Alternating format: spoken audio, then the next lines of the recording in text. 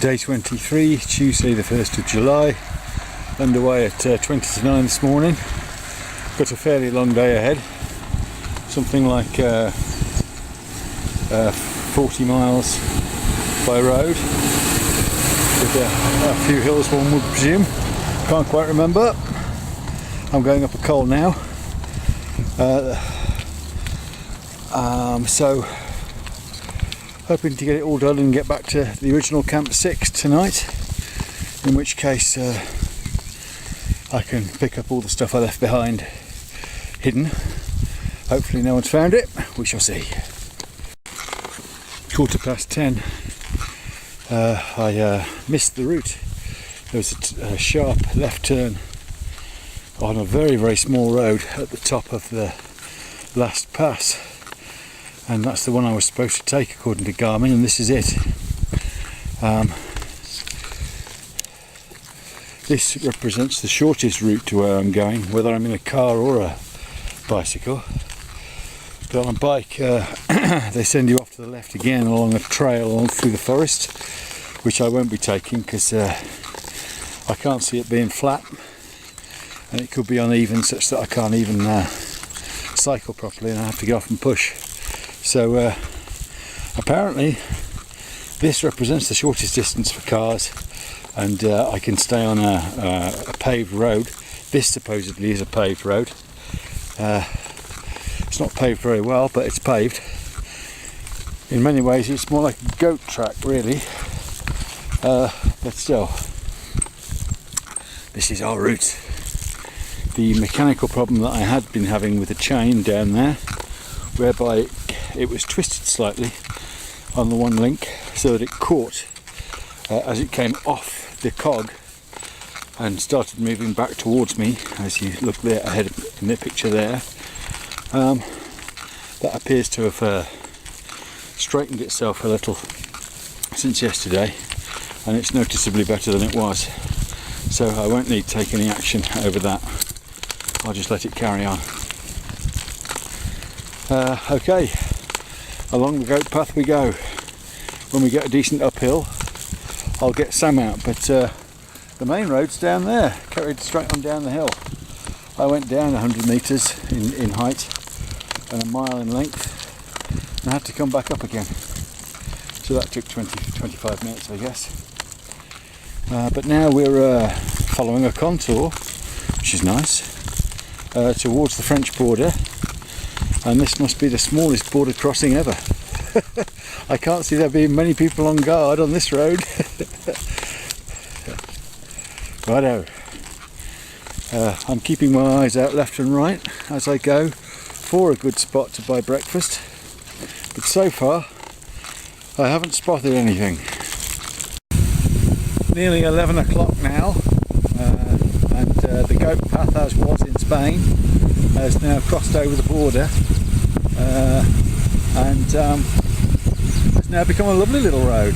Still haven't seen a car for the last 3/4 of an hour since I've been on the road. The farms seem to be, or the one house I've seen was out of use. The main road, as was in Spain, is down the bottom of that valley as far as I understand it. It certainly lost a lot of height a lot quicker than this road, and Sam's had a chance to walk through a long wooded glade for about 25 minutes, half an hour alongside the bike, and now we're making steady progress, and if the road stays of this quality, this route will be fine. Lovely. The pilgrim's route, as I say, so it's part of the Camino de Santiago route, I would imagine. There have been signs for it recently, although I haven't seen them on this actual road. I've had a couple of spots earlier on where it was it was over 25% gradient going up without the dog in. I was just about able to get up it, but I didn't want to push that hard. I was worried I was going to break the chain, so I tried getting off and pushing the bike up, and that was far more exhausting than sitting there and pedalling up, so I got back on and the chain survived. Okay, can't film forever. Woohoo! Bye for now! 2 o'clock in the 10:50 hour. I've been waiting for the supermarket to open. the last hour. It's just opened. As you can see, we're having a little rain trouble with some thunder and lightning thrown in. So I can't go in the shop because the dog will be frightened by himself. So I have to stay here. Everybody else is frightened as well as Sam. It'll give us some thunder in a moment. Anyway, I can cope with drizzle. I've still got 15 miles of mainly climbing to do now. I'm down to 200 metres. It's been a lovely long descent today. So we're 25 miles by road by 2 o'clock or by 1 o'clock. And 15 miles left with the climbing. So beginning. 25 to 3, and we haven't actually moved. Got some food though. It's still raining quite hard. It all goes to prove my old adage of the rain in Spain falls mainly in France. Here we are, just over the border. Perfectly good this morning in Spain.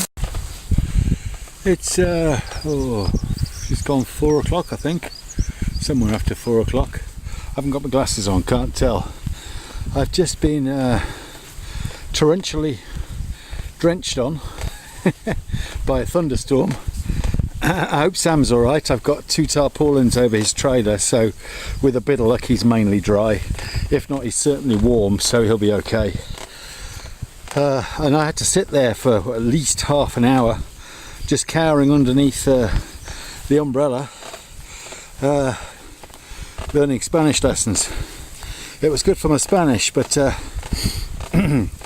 quite unnerving. Fortunately it's very warm, so that even though it was pouring down with rain and I wasn't moving, and I was getting splashed a little bit, I've more or less got damp trousers now, but it's still warm enough to make it bearable.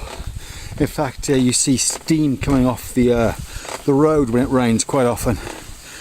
So even though it's a cool and intermittently rainy, thunderstormy day, it's still warm enough to make it bearable, just in a t-shirt and a very small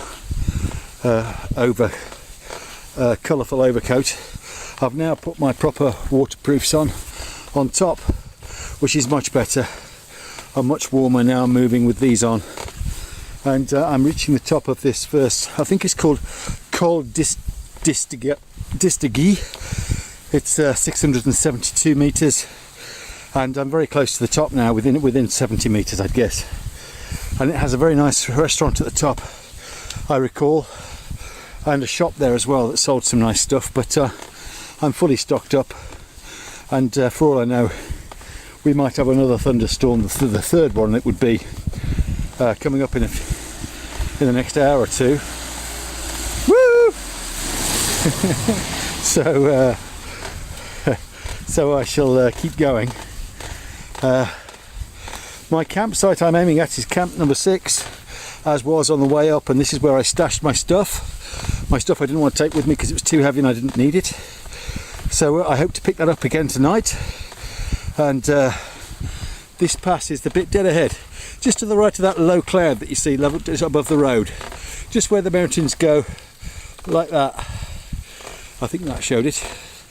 That's the first pass. That's the 672 metre pass, and then beyond that there's another one about 120 metres lower than this one, which is in Spain. Then this is a French one, this one, and that's the one called the Puerto Ozondo, and my camp 6 is just about 1 kilometre to the other side of Puerto Ozondo, so I hope to be there relatively quickly. I'm not quite sure how many miles it is to go. It might be 5, 6, 7, 8 now, I don't know, but I've plenty of energy, plenty of food, and no shortage of water. I have been drinking the mountain water recently, so hopefully I won't die of the bubonic plague, but I might do. Apparently the locals drink it all the time and it never does them any harm at all, so the one lady said to me. Right, can't sit here talking to myself in the future on this video anymore. I've got a cloud to cycle through. Bye for now. I thought just once I should make a little video to show how you cycle in the rain without getting wet. Son of a bitch. Back there. Okay, you got your umbrella right above you that you're holding with your right hand. Your camera that you're holding with your left hand you're not normally holding, so it's easier to steer. As it is going this slowly, I can tap the steering column with my knee to steer a little bit and hopefully not change gear like I do occasionally. So here we are now, the dog covered up with 2 tarpaulins, me cycling, oh I've got a free hand now, me cycling in the rain without getting wet, and got about 2.5 miles to go to the top of the Puerto, I can't remember the name of it, the 570 metre Spanish pass, after which my camp is 1 kilometre down the hill the other side. So at the moment I still got about 250 metres of climbing to do, I believe, and that's an hour's work, and I would imagine I'll get to the top in an hour, and won't take long to get down the other side. Hopefully it'll stop raining when I want to put the camp up, because it's a bit of a pain in the bum trying to do it all in the wet, especially if I want to try and keep Sam dry, which is normally the plan, because we don't want a wet dog. Hello cars. They got their headlights on, but it's only about 6:45. It's not exactly, oh no, it's 7 o'clock exactly according to the camera. So anyway, cheerful enough in the rain, listen to my music and making myself a video. Whoa. Bye for now. Me in the future. 9:05 now, and changed into dry clothes, hammock up, and ready to eat. And I still haven't actually gone round to investigate the stash yet because it's too wet. I can't be bothered in the rain. I'm wet enough as it is, so I'll dry out first and pop down there when it's not raining. And if it's still raining tomorrow, we're not going anywhere. Bye for now.